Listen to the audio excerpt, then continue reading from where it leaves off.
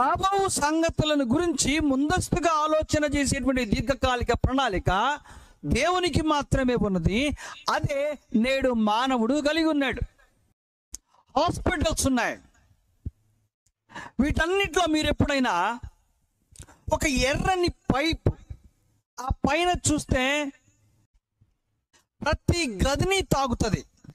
ఎప్పుడైనా ఒక అగ్ని ప్రమాదం సంభవిస్తే దానిలో నుంచి వెలువడేటువంటి వాయువు ఆ అగ్ని చేత ఎవరు ప్రాణం నష్టం జరగకుండా ఉండేంత ప్రణాళికాబద్ధమైనటువంటి నిర్మాణ క్రమాలు నేడున్నాయి.